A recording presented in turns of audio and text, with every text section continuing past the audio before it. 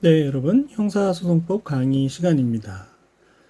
지난 시간에는 현행범인 체포의 의의에 대해서 살펴봤습니다. 고유한 의미의 현행범인과 준현행범인으로 나누어서 살펴봤고요. 이번 시간에는 계속해서 현행범인 체포의 요건에 대해서 공부해 보겠습니다. 현행범인 체포의 요건으로는 범죄의 명백성과 체포의 필요성 그리고 비례성의 원칙 세 가지를 얘기할 수 있는데요. 먼저 범죄의 명백성에 대해서 말씀드리겠습니다. 살펴보겠습니다. 현행범인을 체포하려면 지난 시간에 본 것과 같이 체포 당시 상황에 비추어 피의자가 특정 범죄의 범인임이 명백해야 할 것입니다. 특정 범죄의 범인이 명백하지 않음에도 현행범으로 체포할 수는 없기 때문이죠. 한편 외형상 죄를 범한 것처럼 보여도 구속요건 해당성이 없는 경우는 물론이고 위법성 조각 사유나 책임 조각 사유가 있어서 범죄가 성립하지 않음이 명백한 경우에는 현행범인으로 체포할 수 없다고 하겠습니다. 한편 소송 조건의 존재는 체포의 요건은 아니고요. 친고죄의 경우 고소가 없는 경우라도 현행범인으로 체포할 수 있다고 하는 것이 보통입니다. 그러나 소송 조건이 갖추어지지 않은 경우 강제 수사를 허용하는 것에는 신중할 필요가 있겠지요. 특히 범행 현장에서 피해자가 처벌을 원하지 않는 의사를 명백히 표시한 경우처럼 고소의 가능성이 처음부터 없는 때에는 수사를 할 수 없다고 해야 할 것입니다. 그리고 현행범인의 체포도 허용되지 않는다고 해야 하겠습니다. 이처럼 현행범인을 체포하려면 범죄가 명백해야 할 것이고요. 두 번째로 체포의 필요성이 있어야 될 것입니다. 현행범인을 체포하기 위해서는 긴급체포와 같이 도망이나 증거인멸의 염려와 같은 체포의 필요성이 있어야 하는지에 대해서는 소극설과 적극설 또 절충설의 입장이 대립이 되어 있는데요. 소극설은 체포 요건으로 도주 또는 증거인멸의 우려라는 구속 사유까지 필요한 것은 아니다라고 하게 되는데요. 절충설은 구속 사유 중 도망의 염려가 있거나 신분 확인이 안 될 경우에는 현행범인 체포 요건이 되지만 증거인멸의 위험은 체포 사유가 될 수 없다. 이런 견해라고 할 수 있는데 대법원은 아래에서 보시는 것처럼 체포의 필요성이 있어야 한다는 입장을 취하고 있습니다. 그래서 2011도 3682호 판결을 보시면 체포의 필요성을 요구하고 있는 것을 확인을 해 보실 수가 있겠습니다. 판례의 자세한 내용은 여기서 다루지 않고요. 연습 문제도 여러분이 공부가 어느 정도 된 다음에 또 익혀두시기 바라겠습니다. 세 번째 현행범인 체포 요건으로 비례성의 원칙을 얘기할 수 있는데요. 경미한 사건, 가벼운 사건에 대한 현행범 체포는 제한이 됩니다. 현행범 체포에 의해서도 살펴본 바 있지만 다액 50만 원 이하의 벌금, 구류 또는 과료에 해당하는 죄의 현행범인에 대하여는 범인의 주거가 분명하지 아니한 때에 한해서 212조, 즉 현행범인의 체포 내지 213조 체포된 현행범인의 인도 규정을 적용하고 있기 때문에 그렇습니다. 214조에 그런 내용이 있죠. 아래에 나오는 2015도 13,726호 판결은 현행범 체포 현장이나 범죄 장소에서 소지자 등이 임의로 제출하는 물건을 과연 218조에 따라서 지난 시간에 임의 제출 물건의 압수에 대해서 공부한 바가 있는데요. 그 규정에 따라서 영장 없이 압수할 수 있는지 그리고 그 경우 검사나 사법경찰관이 사후에 영장을 받아야 하는지가 문제가 되었던 판례입니다. 그래서 역시 압수수색까지 같이 공부하고 또 지난 임의수사에서 배웠던 임의제출 물건의 압수에 대해서 다시 한번 생각해 볼 수 있는 판례고요. 이 강의에서는 역시 자세히 다루지는 않고 일단 넘어가도록 하겠습니다.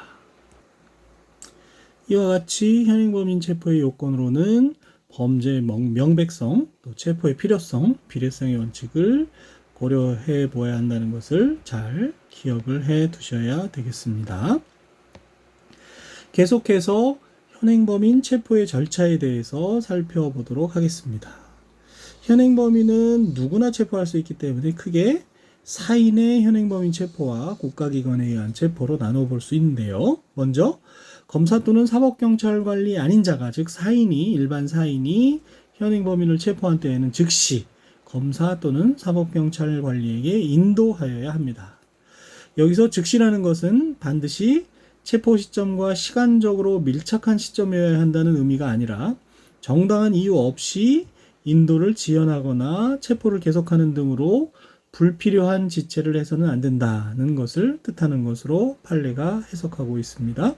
아래에 나오는 2011도 12,927호 판결인데요.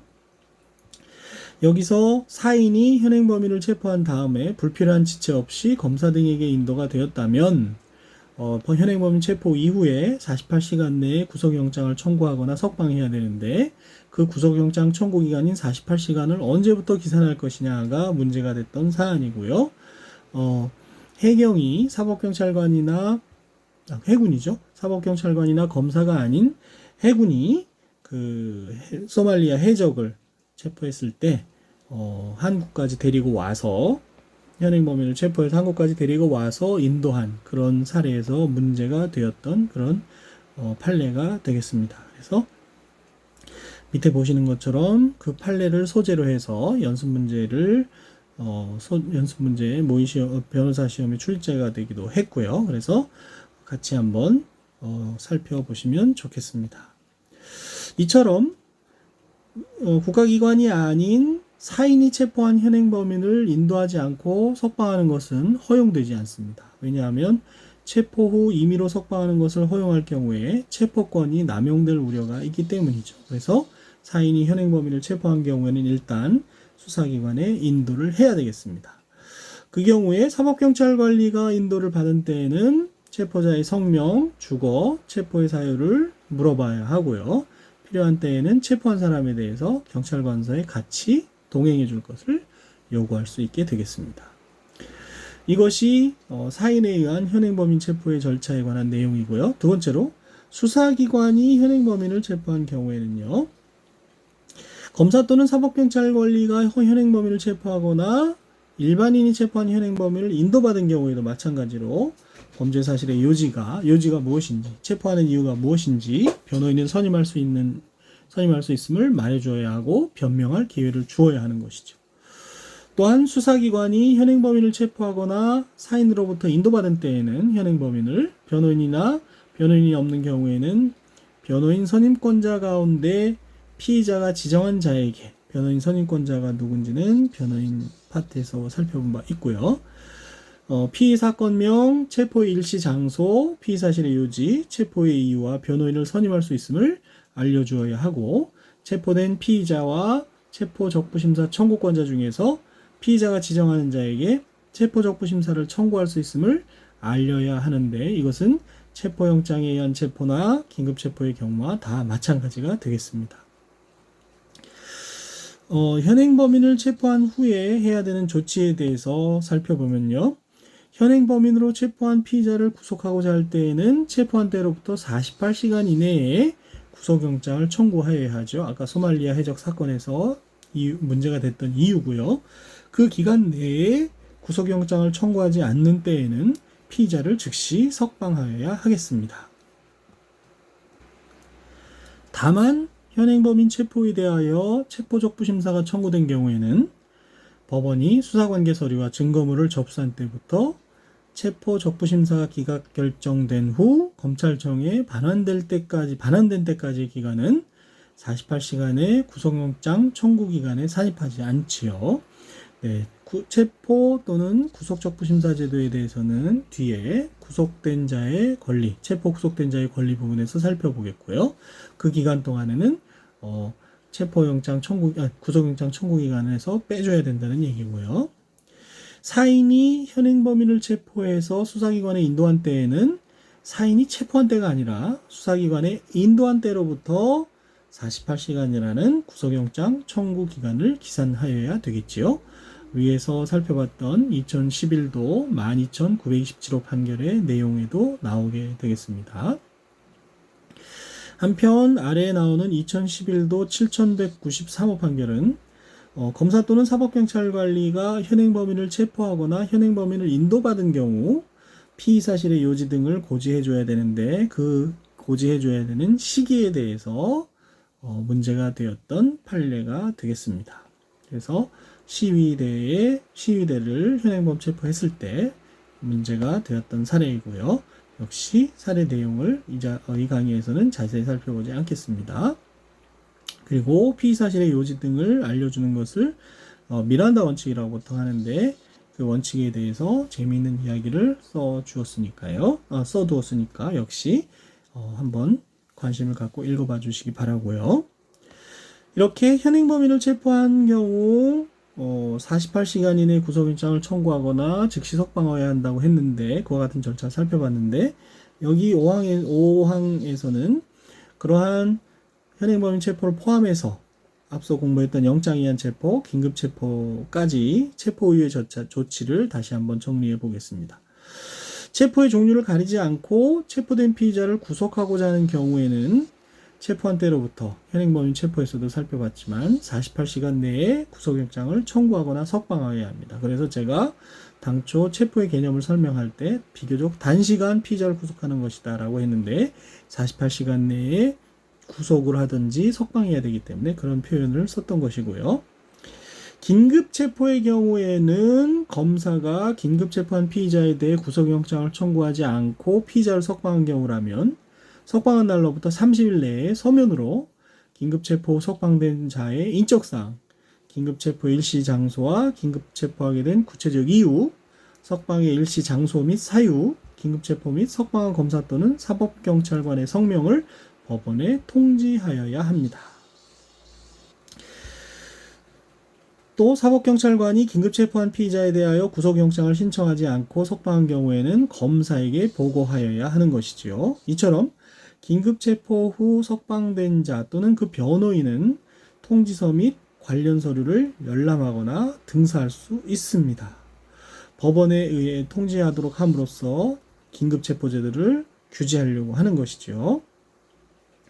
한편 검사가 영장에 의한 체포, 즉 체포영장의 청구를 함에 있어서 같은 범죄 사실에 대해서 피의자에 대해서 전에 체포영장을 청구했거나 발부받은 사실이 있었던 때에는 다시 왜 체포영장을 청구하는지 그 취지 및 이유를 기재하여야 하는 것이고요. 긴급 체포되었다가 구속영장을 청구하지 않거나 구속영장을 발부받지 못해서 법원으로부터 석방된 자는 영장 없이는 동일한 범죄 사실에 관하여 체포할 수가 없습니다. 이제 또 긴급체포를 하지는 못하게 한 것이죠. 이걸 재긴급체포의 제한이라고 하겠습니다. 영장에 의해서 이번엔 체포를 해라 이런 뜻이 되겠고요. 이는 긴급체포 요건에 해당되어도 재긴급체포할 수 없다는 것이고 체포영장이나 구속영장을 발부받은 때는 당연히 체포나 구속을 할 수 있다는 의미입니다. 그 설명을 그와 같은 내용을 확인해 볼 수 있는 판례가 아래 나오는 2001도 4291호 판결이 되겠습니다. 자, 이렇게 해서 대인적 강제 수사 중에 체포에 대해서 살펴보았습니다.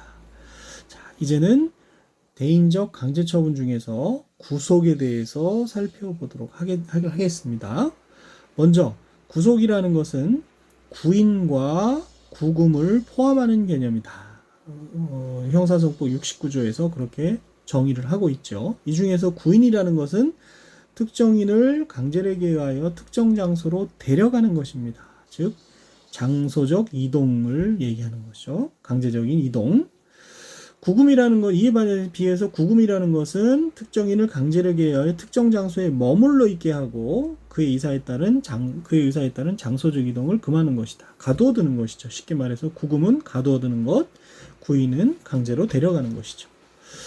이와 같은 피의자에 대한 구속영장을 청구할 수 있는 사람은 검사이고요. 영장 청구권은 여전히 검사에게 있다고 했죠. 수사권 조정에도 불구하고 수사권에서 배운 바가 있습니다. 한편 사법경찰관은 검사에게 신청해서 검사의 청구로 구속영장을 발부받아 구속할 수 있는 권한이 있는 거죠. 영장 청구권은 여전히 검사에게 남아 있습니다. 자, 이와 같은 구속을 하려면 구속의 사유가 있어야 할 텐데요. 구속의 사유로서는 먼저 피의자가 죄를 범하였다고 의심할 만한 상당한 이유가 있어야겠고 70조 1항 각호의 1에 해당하는 사유가 있어야 하는데 70조 1항 각호라는 것은 일정한 주거가 없거나 주거불명입니다. 증거를 인멸할 염려가 있거나 도망하거나 도망할 염려가 있을 때가 되겠습니다. 이럴 때 검사는 관할지방법원 판사에게 청구해서 구속영장을 받아 피의자를 구속할 수 있고 사법경찰관은 앞서 살펴본 바와 같이 검사에게 신청을 해서 검사의 청구로 관할지방법원 판사의 구속영장을 받아 피의자를 구속할 수 있는 것이죠. 다만 다액 50만 원 이하의 벌금 구류 또는 과료에 해당하는 경미한 범죄에 관하여는 주거가 없는 경우라는 것이 인정이 되어야 됩니다. 그런 경우에 한해서만 영장을 청구, 발부할 수 있게 되고요. 영장을 청구받은 법원은 구속사유가 있는지 심사함에 있어서 범죄가 중대한지, 재범의 위험성이 있는지, 피해자 및 중요 참고인 등에 대해서 위해를 끼칠 우려가 있는지 등을 고려해야 하도록 하고 있습니다. 그리고 진술 거부권을 행사한다는 것을 구속사유 또는 보석 불허가 사유, 보석에 대해서는 나중에 또 체포 구속된 자의 권리에서 보겠습니다만은 그런 사유 중에 증거인멸의 염려를 판단하는 자료로 사용하는 것이 허용되는지에 대해서는 견해 대립이 있을 수 있지요. 그래서 진술거부권의 행사를 강하게 보호하기 위해서는 거기에 해당하지 않는다고 보게 될 것이고 그렇지 않다고 하게 되면 구속사유로서 고려할 수 있게 되겠지요. 실무에서 과연 증거인멸의 염려를 판단하는 자료로 구속사유나 보석 불허 사유를 판단하고 있는지를 판단하는 것은 쉬운 문제는 아니겠습니다. 한편 국회의원은 현행범인인 경우를 제외하고는 회기 중 국회 동의 없이 체포 또는 구금되지 않습니다. 헌법 44조 1항에서 규정을 하고 있지요. 한편 근로자는 쟁의행위 기간 중에 현행범이 아니라면 노동조합 및 노동관계조정법 위반을 이유로 구속되지 않도록 그렇게 근로특별법에서 규정하고 있는 것을 볼 수 있죠. 근로자를 보호하기 위한 규정입니다. 이와 같이 구속사유가 있어서 구속을 하게 되면 하는 과정에서 구속영장 실질심사 제도를 거쳐야 됩니다. 구속영장 실질심사는 법률 용어는 아니고 법률 용어로서는 구속 전 피의자 신문이라는 것이 정식 명칭이 되겠죠. 서류로만 형식적으로 심사하지 않고 사람을 직접 대면해서 법관이 심사한다는 의미에서 영장 실질심사라고 부르고 있는 것이죠. 그래서 구속 전 피의자 신문이란 피의자 구속에 신중을 기하기 위해서 구속 전에 판사가 피의자를 대면해서 신문하는 것을 말합니다. 그래서 영장에 의한 체포, 긴급체포 또는 현행범인의 체포 유형에 따라서 체포된 피의자에 대해서 구속영장을 청구받은 판사는 지체 없이 피의자를 신문하여야 합니다. 이것을 체포피의자 신문제도인 거죠. 이 경우 특별한 사정이 없는 한 구속영장이 청구된 날에 다음 날까지 신문을 해야 되는 것입니다. 체포피의자의 경우는 그렇고요.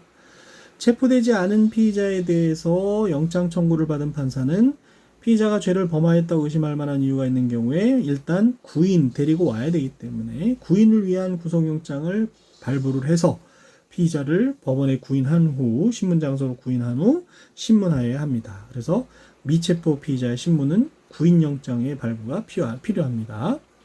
다만 피의자가 도망하는 등의 사유로 신문할 수 없는 경우에는 구인영장의 발부 없이 바로 구속영장이 발부될 수도 있습니다. 미체포 피의자의 경우에요.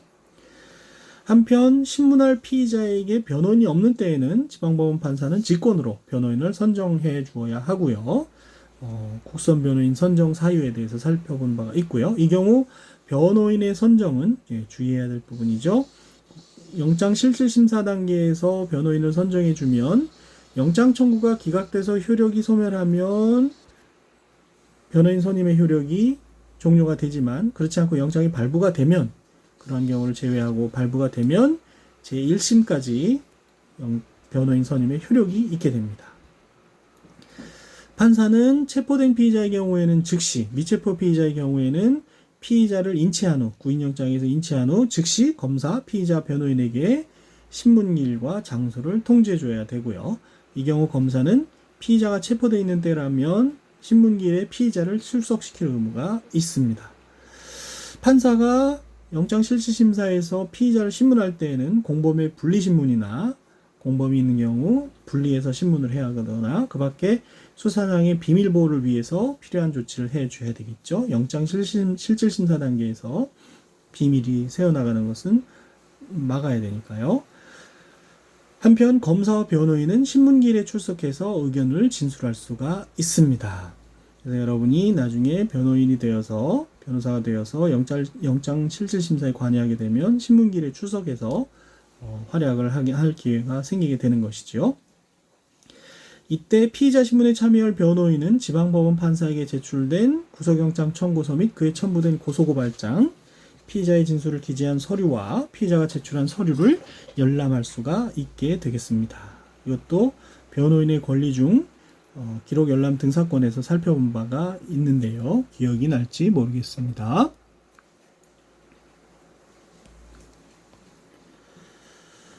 이때 검사는 증거인멸 또는 피의자나 공범관계에 있는 자가 도망할 염려가 있는 등 수사에 방해가 될 염려가 있는 때에는 지방법원 판사에게 그 서류를 영장 청구서는 제외하고요. 서류를 열람하지 못하도록 제한을 할 수 있는 의견을 제출할 수가 있고, 지방법원 판사는 검사의 의견이 상당하다고 인정하는 때에는 전부 또는 일부의 열람을 제한할 수가 있게 되겠습니다.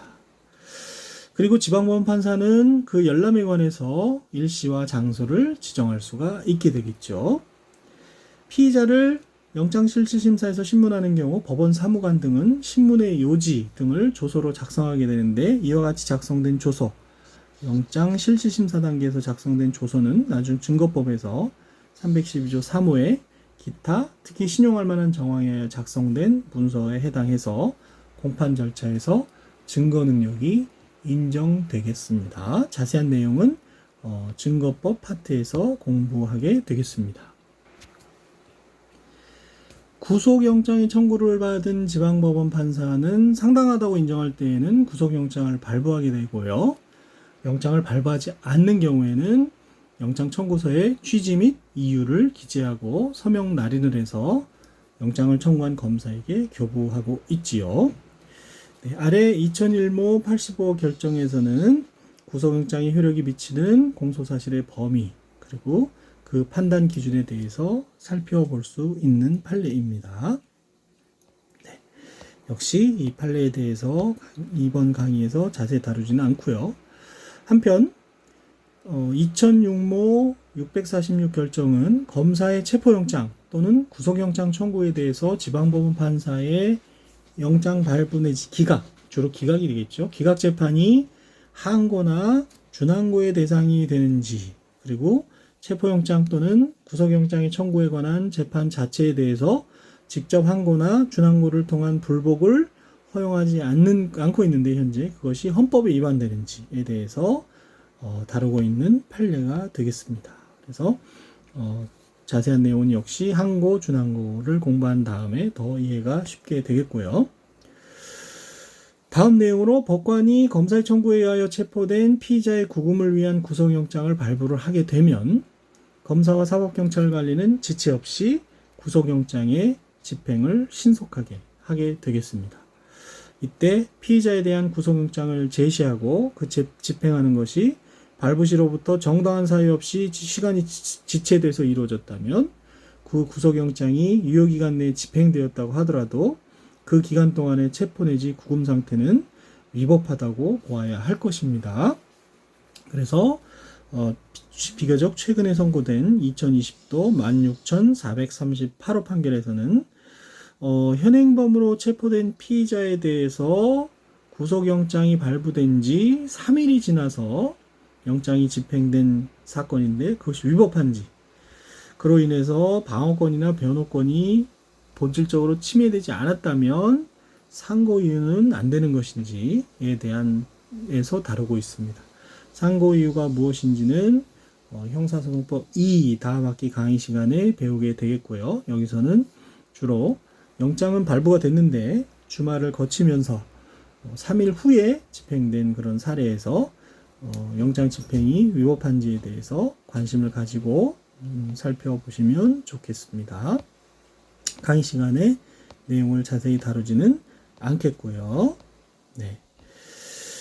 이렇게 구속이 되게 되면 구속기간이 이제 있어서 수사기관이 구속기간을 각 일정한 구속기간을 보장받게 되고 그 기간 내 수사를 하게 되는데 그것이 모자랄 때는 연장을 하게 되겠지요. 그래서 사법경찰관이 피의자를 구속한 때에는 열흘 동안 구속기간이 허용이 되어서 10일 이내에 검사에게 인치해야 되고요. 그렇지 않으면 석방을 해야 되겠죠. 검사가 구속한 때에는 피의자 인치를 받은 때, 피의자를 경찰로부터 인치받은 때는 열흘, 그죠? 공소를 제기하지 않으면은 열흘 내에 공소를 제기하지 않으면 석방을 해야 되고, 다만 피의자가 영장이한 체포나 긴급체포, 미체포 피의자의 구인 또는 현행범인의 체포 규정에 의해서 체포 구인된 경우에는 그 구속기간이 체포 또는 영장이 발부된 때가 아니라 체포 또는 구인한 날로부터 기산이 된다는 것을 아셔야 되겠죠. 그리고 수업 시간에 말씀드린 것처럼 체포 구속기간은 초일을 산입을 해줘야 되는 것이고요. 지방법원 판사는 검사 신청에 의해서 수사를 계속하며 상당한 이유가 있다고 인정한 때에는 열흘, 10일을 초과하지 않는 한도 내에서 사법경찰관의 구속기간 연장은 허용이 되지 않고요. 검사의 구속기간을 1차에 한해서 연장할 수 있습니다. 연장 허가를 해줄 수 있죠. 그래서 법원으로부터 허가를 받게 되면 검사의 경우에는 결과적으로 20일까지 구속기간을 확보할 수 있는 허용되는 그런 결과를 결과가 되겠습니다.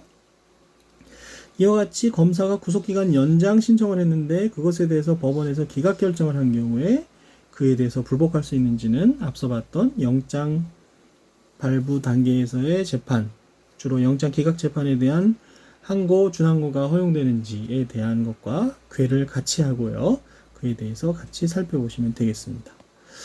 네, 현재 피의자 구속에 대해서 계속 공부하고 있는데 동영상이 다 길어지는 것을 방지하기 위해서 일단 여기서 정지를 하고 다음 시간에 구속의 집행정지 및 구속의 취소부터 다시 공부하도록 하겠습니다. 여러분 수고하셨습니다.